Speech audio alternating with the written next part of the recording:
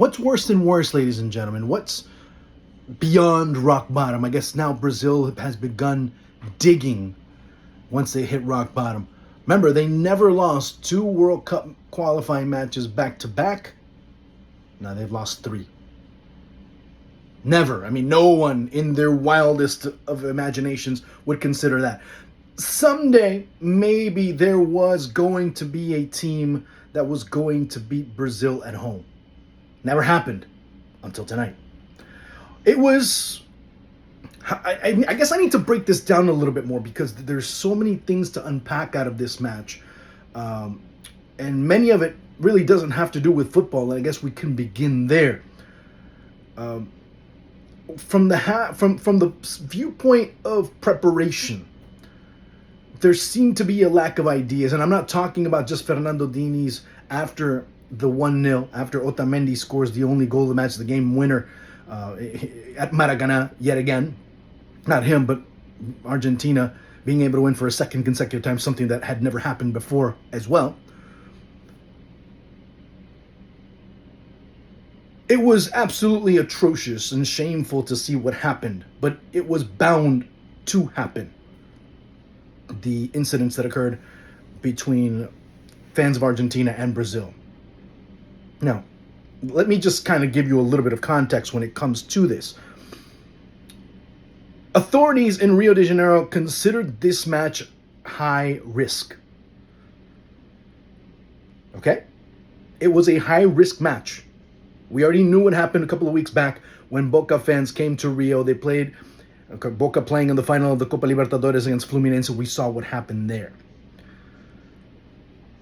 When it is considered high risk, there needs to be measures taken, obviously, by the authorities, which weren't too much or too many. But there also needs to be measures taken into account by the CBF, the Brazilian FA, the Brazilian Confederation. There's a bit of a problem there because the Brazilian representatives or directors of the Brazilian Confederation never went to any of the meetings prior to this match to get the logistics ready, to get all the arrangements ready, to get a lot of the things that needed to be done ready. Keep in mind that when you start looking into the stands, that Brazilian and Argentine fans are sort of there's an Argentine sector, which is very evident, but then there's certain scatterings of fans around. And this is a high-risk match, ladies and gentlemen. And that was allowed by the authorities. That was allowed by the CBF. There was no containment area in which Argentine fans would be relatively safe. I'm not just talking about Argentine fans. I'm talking about, innocent Brazilian fans that end up getting caught in the middle between 2 idiots fighting or just an altercation that occurs. And, of course, the police that come in. And, of course, we know that Brazilian police, especially in Rio, they go first. And I guess you catch my drift with that. And then ask questions later. There were many fans. There was images of one fan that was just completely, I don't know if he was from Argentina or Brazil. So, again, it's not for me to speculate. I would suppose he's Argentine, but I'm not 100% sure. But there were a lot of cases where that did happen, where private security as well as police were in the stands, and they were just throwing their batons around, them nightsticks. I mean, if you were in the World Cup in Brazil, you have an idea of how big those are. They end up being, if you're, my example, I'm 5'7", though that baton can pretty much go straight down my leg. It can go from my hip all the way down to my ankle, just so you have an idea. And of course, depending on the size, maybe a little bit more, maybe a little bit less, but you kind of have an idea of how long those nightsticks are, those batons are. And there's a pretty good reach, and they aren't, something light. They end up hitting you pretty good, and they can knock you out. So that was what's going on in the stands. Of course, the Argentine national team, Marquinhos, and a couple of Brazilian players also go there to try and calm things down and weren't able to. And it ends up being a disaster from that end. And at this point, there needs to be something done from the CONMEBOL level, but CONMEBOL As long as the money's rolling in, as long as the dough is coming in, they don't care who ends up getting hurt. We already saw that 3 weeks ago. It doesn't matter. As long as the money comes in, CONMEBOL doesn't care about any collateral damage, if you will. Let's talk about the game. I think Leo Messi was very accurate in saying, you know what, this match was very similar to the final at Maracanã and the final Copa America I'm talking about, where it was very tight, it was very close to the vest, it was very physical. So much Joelinton also ends up being a victim of a bit of a controversial foul where he ends up being basically sent off. The critiques that are coming out of Brazil is that this team is just decimated. It's a team that's still, I hope it doesn't sound as, I hope it doesn't sound as an excuse. These are professional footballers. But when you're missing 6 key players, and 6 key players that were integral into the consolidation of a style of play, it ends up being a problem. Of course, you have many other players that are kind of beginning to get plugged in due to injury, due to suspension, due to an accumulation of a lot of other circumstances. And you have 6 players on deck that are completely different to the last FIFA International Day. And I'm talking about the match, prior to the match against Uruguay. Look at the lineups and see how they contrast. Obviously, I'm talking about before Neymar gets injured and everything else that ends up happening. Richarlison is gone. Vinicius Jr. is gone. Rodrigo's basically one of the few that ends up remaining. And it ends up being a problem from that perspective. Like I said, I was hearing a lot of critiques in terms of this team, and they said that this team so far is better without the ball than with the ball. In many occasions, it seemed like they were, but they were very defensive. They were looking to counterattack. They were pressing pretty good in certain sectors. Argentina's midfield seemed to be lacking because once again, when they get pressured in the midfield, all of a sudden, Enzo Fernandez, who isn't going through a great bit of form at Chelsea, Alexis McAllister, who isn't going through a great run of form over at Liverpool, end up struggling, and you see it in how they're able to bring the ball out. They bring the ball out wide instead of using those players to offer a greater panorama, a greater viewpoint, or a greater vantage point in terms of options going forward. So Brazil did well there.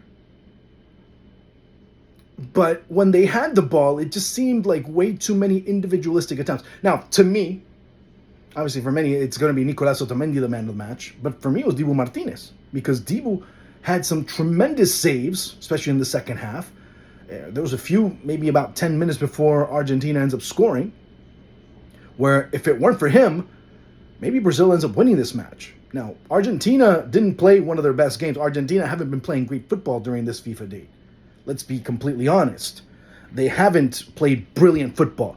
But for a team with the players at the stage of the careers that many of the players are in, it's a very mature team. They've been through so many battles. They've been through so many adverse situations that they know how to handle it. They know that it only takes one. And Messi said it after the match. He said, look, it was going to come down to details, just like it did in 2021,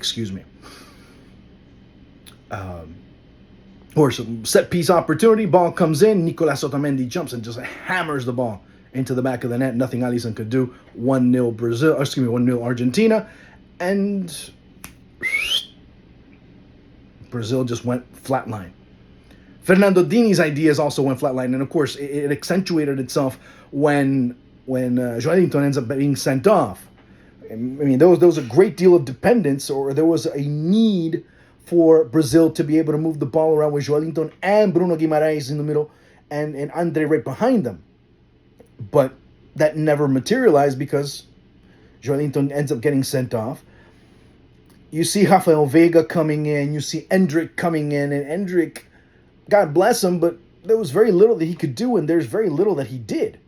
Not because he's not capable, not because he's too green, it's just that Brazil was just flat out of ideas. And at that moment, when Argentina found the little bit of that little area, that little spot, that moment, they went after it.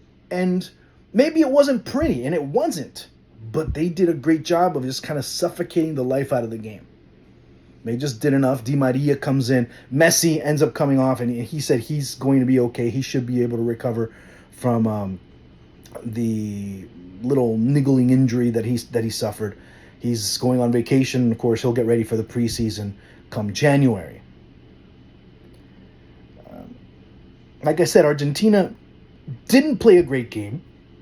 Brazil is kind of finding their way, which sounds crazy. But to me, Fernando Diniz is as good as gone. At this point, might as well just get an interim coach. Get him in. There's a couple of friendlies that will be played in March. And just kind of have someone there. Maybe, I don't know, David Ancelotti come in and start setting things up if it is that Carleto's coming. He has 3-4 months to get everything set up for Copa America. Thank you very much, Fernando Diniz. Look, let's not put all the weight on Fernando Diniz. There's a lot that has to be looked at with the CBF as well. The CBF,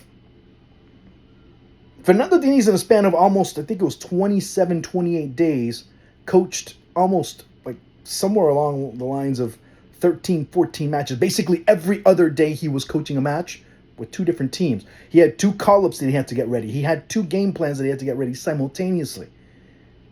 While he was getting ready for the final of the Copa Libertadores, he was getting the call-up for this FIFA date ready. So, again, at this stage in football, before it was very common to have a coach a squad, coach a club, and then be able to coach the national team. No longer that is the case. That's not very feasible anymore. So, Fernando Diniz is, just absolutely fried mentally. Now, is that an excuse? No. I mean, you can also delegate if you're a coach, but you individually, regardless, because it is your responsibility at the end of the day, you have to go and, of course, face the bullets. You're the one that has to go and face the criticism now in the press conference. So when you talk about Fernando Diniz, well, he had his mind on many things. Of course, now it's kind of laid off a little bit with Fluminense. They won the Libertadores. They're assured Libertadores for next year. They will start focusing on the Club World Cup come, of course, in January, February. But when it comes to the Brazilian national team, is it 1A? Yes, delegation is fine, but you're still the face of both projects. And you still have to face the criticism. You still have to face the music at the end of the day. Fairly or unfairly. But Brazil, and again, this is attributable to the new format. Is there excitement? Are there interesting stories that are developing in this World Cup qualifying in South America? Absolutely. But there's a lot of that excitement that ends up being taken away because of the format and because how generous it is to South American teams. 6.5 teams qualify, 6 getting a direct spot. Brazil currently is in that position. And despite how bad things are elsewhere, you still have Paraguay and you still have Chile fighting for the playoff spot. And they are atrocious, as they showed in the first round of qualifying in this date, or in this window. Can Brazil turn around? Yeah, they can. Because what we have underneath is so bad, or have been so atrocious, have been so poor, that even if you're halfway decent, you're still going to be with your head above water. Which ends up kind of taking away a little bit of the beauty of the World Cup qualifying in South America. Because if you backtrack 20 plus years, well, even more than that, 22, 23 years, when Brazil was struggling, currently, as a matter of fact, there's a lot of similarities to that 2002 side. Brazil at one point were in 5th place under Vanderlei Luxemburgo. Keep in mind, during that World Cup qualifying cycle, they had Vanderlei Luxemburgo, Emerson Leão, and of course, Luis Felipe Scolari comes in and kind of rights the ship all the way to winning the World Cup. Now, am I saying they're going to win the World Cup? No, I'm not. There are a lot of similarities, but it ends up being kind of ironic, kind of poetic how things are going and going in that direction. Now, Brazil have to focus solely on Copa America and make sure that the mistakes of the past, aka 2016, don't occur again. Because when World Cup qualifying starts again in the month of September, everything ends up being exacerbated because of failures such as that one. They don't want 2016 over again. They want to be able to win it. They want to be able to challenge Argentina, just like Uruguay most likely will be. And as a matter of fact, Uruguay is that team that can probably, right now, today, and they showed it, that could probably end up beating Argentina in a hypothetical final at Hard Rock Stadium in Miami.